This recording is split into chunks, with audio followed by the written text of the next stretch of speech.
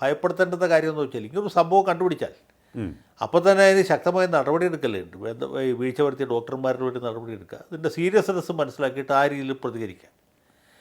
ഇതുപോലെ തന്നെയാണ് നേരത്തെ കോട്ടയം മെഡിക്കൽ കോളേജിൽ ഒരു ബൈസ്റ്റാൻഡർ മേത്തേക്ക് ഭിത്തി ഇടിഞ്ഞു വീണ് മരിച്ച സംഭവം. അതെ, അതുപോലെ പല സംഭവങ്ങളും സമയാസമയങ്ങളിൽ ഓരോ സമയത്തും ഇങ്ങനെ വരുന്നുണ്ട്. ഇപ്പോൾ കരുനാഗപ്പള്ളിയിൽ ഒരു സർക്കാർ സർവീസിൽ ജോലി ചെയ്യുന്നൊരു ഡോക്ടർ, അവർ MBBS പാസ്സായിട്ടുണ്ട്. അവർ MS, അതായത് ബിരുദാനന്തര പരീക്ഷ രാജസ്ഥാനിലെ ഏതോ യൂണിവേഴ്സിറ്റിയിൽ നിന്ന് റാങ്കോടുകൂടി പാസ്സായി എന്ന് പറഞ്ഞ് പത്രത്തിൽ പടം കൊടുക്കുക, വ്യാജ സർട്ടിഫിക്കറ്റ് ഹാജരാക്കിയിട്ട് ഈ സ്പെഷ്യാലിറ്റി കേഡറിൻ്റെ സൗകര്യം നേടിയെടുക്കുക. പിന്നീടാണ് മനസ്സിലായത് ഏതോ കുബുദ്ധികൾ ചൂണ്ടിക്കാണിച്ചു കൊടുത്തു ഇവർ യഥാർത്ഥത്തിൽ MS പാസ്സായിട്ടില്ല എന്നുള്ളത്. അപ്പോൾ സർക്കാർ അവരെ സസ്പെൻഡ് ചെയ്ത് കുറച്ച് കഴിഞ്ഞപ്പോൾ തിരിച്ചെടുത്തു. അവരെയൊക്കെ തിരിച്ചെടുക്കുന്നത് ആലോചിച്ച് നോക്കും.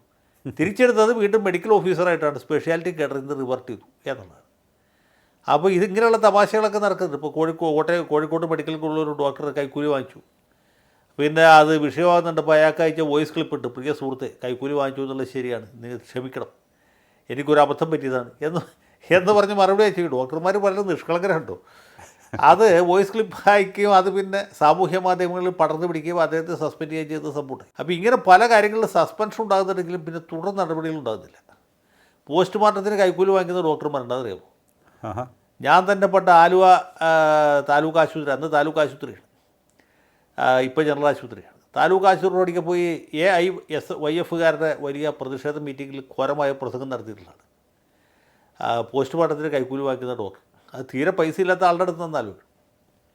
അതുപോലെ എനിക്ക് നേരിട്ടറിയാവുന്ന, പേര് പറയാൻ മടിയില്ല, ഒരു ഡോക്ടർ, അത് പുള്ളി ഒരു മെഡിക്കൽ കോളേജിൽ ഈ ഓങ്കോളജി ഡിപ്പാർട്ട്മെൻറ്റിലാണ് ജോലി, ക്യാൻസറിന് ചികിത്സിക്കുന്നത്. നാളെ മരിക്കുമെന്ന് ഉറപ്പുള്ള രോഗിയുടെ ഇന്ന് കൈക്കൂലി വാങ്ങിക്കും. അത്ര ഭയങ്കരമാണ്. ഇതുപോലത്തെ ഭീകരന്മാരുണ്ട്. പ്രൈവറ്റ് പ്രാക്ടീസ് ചെയ്യാൻ പാടില്ല. മെഡിക്കൽ കോളേജ് ഡോക്ടർമാർക്ക് പ്രൈവറ്റ് പ്രാക്ടീസ് നിരോധിച്ചിട്ടുണ്ട്.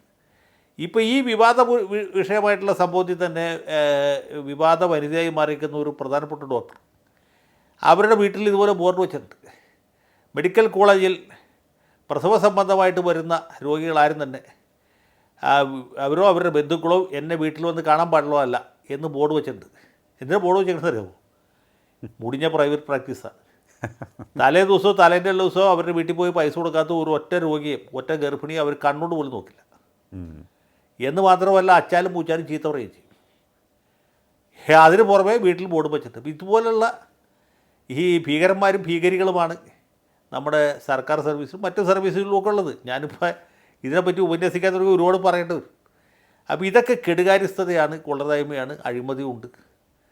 പിന്നെ മുമ്പ് DHS ആയിരുന്ന, ഡയറക്ടർ ഓഫ് ഹെൽത്ത് സർവീസ് ആയിരുന്ന ഒരു മഹാനായ ഡോക്ടറുടെ വീട്ടിൽ പിന്നീട് നടത്തി വലിയ അഴിമതി കണ്ടുപിടിച്ച് ഓർക്കല്ലേ. പരിധിയിൽ കാണാതെ സ്വത്ത് സമ്പാദിച്ചതിന് എന്തൊക്കെ സ്വത്തുക്കളാണ് അദ്ദേഹം സമ്പാദിച്ചതെന്ന് ഓർമ്മയുണ്ടോ? ഇതൊക്കെ എങ്ങനെ ഉണ്ടാകും? അത് ഈ DHS DMB ലെവലിലൊക്കെ കിടക്കുന്ന അഴിമതി അതിലും ഭയങ്കരമാണ്. ഈ വാങ്ങാൻ പാടില്ലാത്ത എക്സ്പയറി ഡേറ്റ് കഴിഞ്ഞു പോയതോ അല്ലെങ്കിൽ ഗുണമേന്മയില്ലാത്ത പോയ മരുന്നുകളൊക്കെ വാങ്ങിക്കും. അതിന് മൊത്തമായിട്ട് കമ്മീഷൻ ഇവരടിക്കും. അങ്ങനെയൊക്കെ ആയിരുന്നു. അത് പിന്നെ ഘട്ടം ഘട്ടമായിട്ട് ഒരു പരിധിവരെയൊക്കെ ശുദ്ധീകരിച്ചാണ്.